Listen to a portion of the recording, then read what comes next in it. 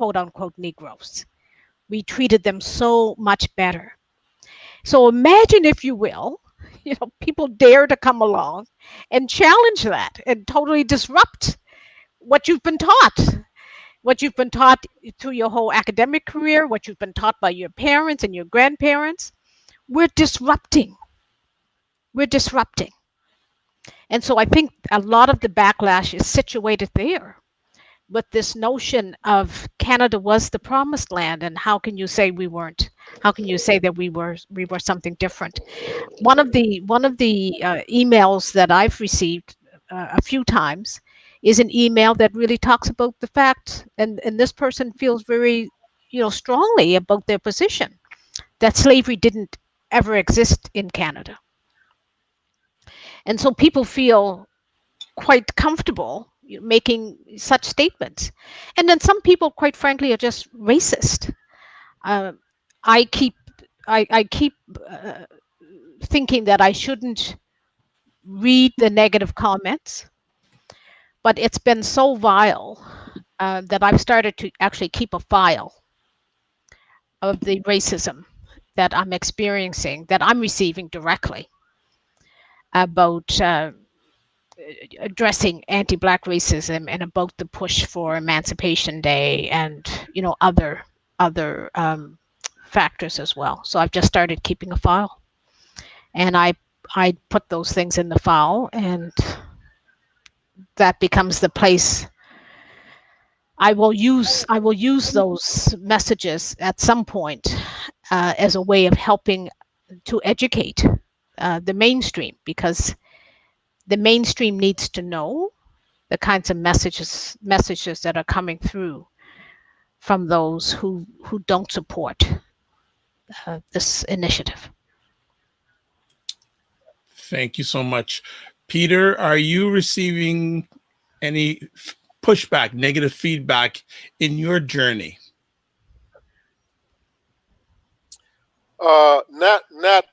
Not recently, but what I can say is sometimes in the past, as I said, what my mother had indicated, and there were some comments, just it was in really the minority, actual relatives saying, why are you bringing up this slavery issue? But after they were able to experience some of the programming that we had in place, as well as what the city and the federal government, the community did, that helped to better educate people, inspire them. Our commemoration at one time was just a few days, 1, 2, 3, or 4 days, but we had lectures, panel discussions, musical performances, films, art displays, exhibits that were part of our event series. And then eventually local and federal officials and the community took up my mom's cause, and they expanded that to citywide events that were in the schools, in local, federal government, in the schools, libraries, churches, etc. But our event series went from a week to almost a full month of April. Now, with the exception of the pandemic, which forced us to be basically have a Zoom web video event, 2 hours, and a webinar from the U.S. Capitol Historical Society on Emancipation Day, and then also a local jazz station did a 2-hour rebroadcast of a DC Emancipation panel discussion from the prior year. But it was, there's still, I think through educational events that will reach different audiences, lectures, panel discussions, youth-oriented events, the performing and the visual arts, musical performances, concerts, films, art displays, exhibits, church services, community service projects, other public events, and multimedia tools, that we, including webcasts, web video, to plan, promote, and produce and document such commemorations. It can be for a global audience, but it's a constant process. I think in anything you'll find a small minority that are naysayers, but I think there's a way. We have to hope we can turn people around. And if they can be turned around like those relatives where they saw the light, and I think from what I've seen in the not only in like Emancipation Day, but some of the other inspirational African Canadian national and national events that I participated in, uh, y'all can fire people up. You have top artists in Ontario, Nova Scotia, all over the country that can help bring this event to life. The performing and the visual arts can help to bring this alive and inspire people. This is an opportunity to move forward. But that's my thoughts. Thank you so much, Peter. I know we're running short on time, so I'm going to ask if our panelists can stay on for another 5 to 7 minutes, because I have one last question, really, Sure. really good one. And I know that Sarah wants me to ask this question, so so I need to ask it. So Sarah and I individually read a post this weekend. And I'm going to share the quote about Emancipation Day that the author said. The author mentioned that they thought that Emancipation Day is, quote, a made-up white man's holiday. What's your response to that? I can see facial responses, but I know I want to get verbal response. And I see senators writing this down I know I can see Rosemary's face. So I don't know if I need to just jump off the screen right now and run for cover. I don't mean to be going first, but I just an interesting comment. But let me just put it back to white man's, as in the moment in time when abolitionists were effective in getting a government bill through that ended the enslavement of Africans. That is true. I don't know that they were necessarily celebrating at the time, but they certainly got compensated, so they could have been happy for that reason. But I think that it's really a Black person's holiday, if it's a holiday, or certainly a commemoration, in as much as it's the culmination of everything that we did as a people to make ourselves free. We didn't invite enslavement. Let me qualify that. We didn't look to have generational enslavement. We were impacted by other kinds of issues, but we were not looking for generational enslavement. We didn't sign up for that. And the end of that meant that people could they were able to own themselves, own their families, keep track of people, own land, be self-sufficient. Those were really important to them at the time. And absolutely, in 1834, that was the issue. In 1838, it was, to make sure that we see the people in the Caribbean, the West Indies, have their freedom. And then later again, to make sure that people who were still enslaved in the United States got their freedom.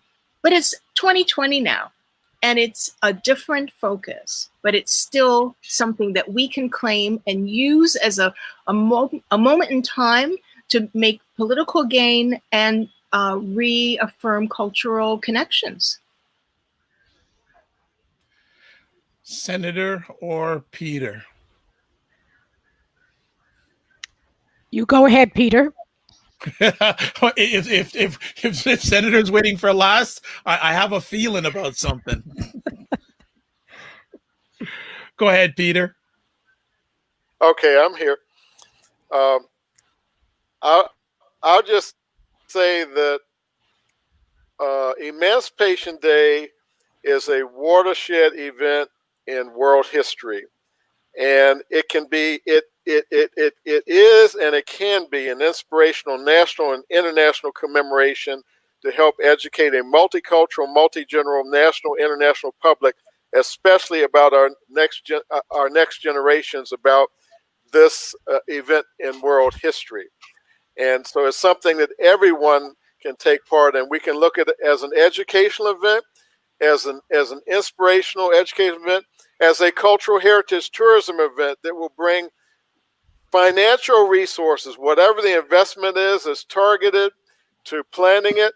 It can bring resources to local or provincial and national levels of Canada, and bring people from all across your country and and coming from across the world to participate in something that's very meaningful and can help to change people's lives, through the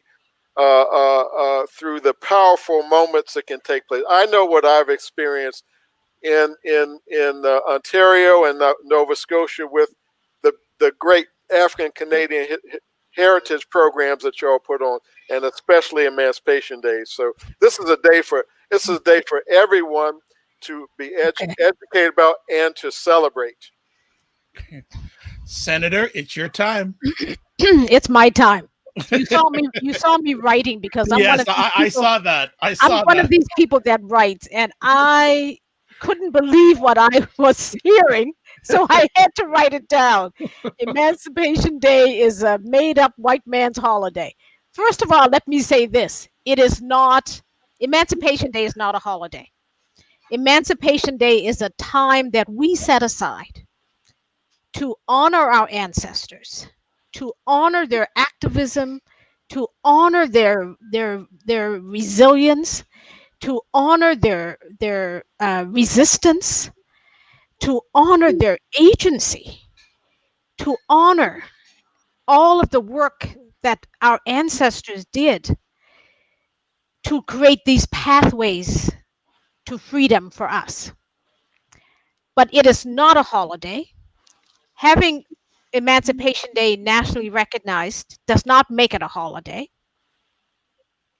But that national recognition is a recognition to this country that we acknowledge the full history of people of African descent in this country, and we also acknowledge the multi-generational harms caused by the institution of slavery and the institutionalized anti-Black racism that we're still fighting today.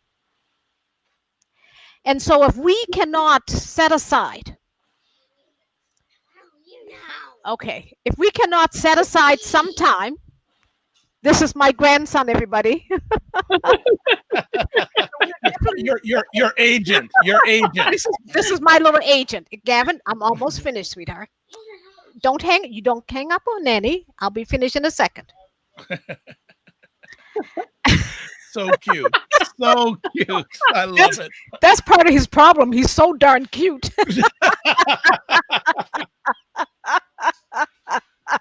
But when I have taken my grandsons with me to Emancipation Day events, and I've done that for a reason. I've done that because it's part of their education. Emancipation Day is like Black History Month, is an opportunity for us to educate in our own communities, but also educate the broader society. So that day becomes very, very important. And it's one that we need to embrace. I feel we need to embrace. Okay. Thank you so much. Sarah, I'm going to hand it back to you and we'll close it up. Thank you. Going to ask about reparations.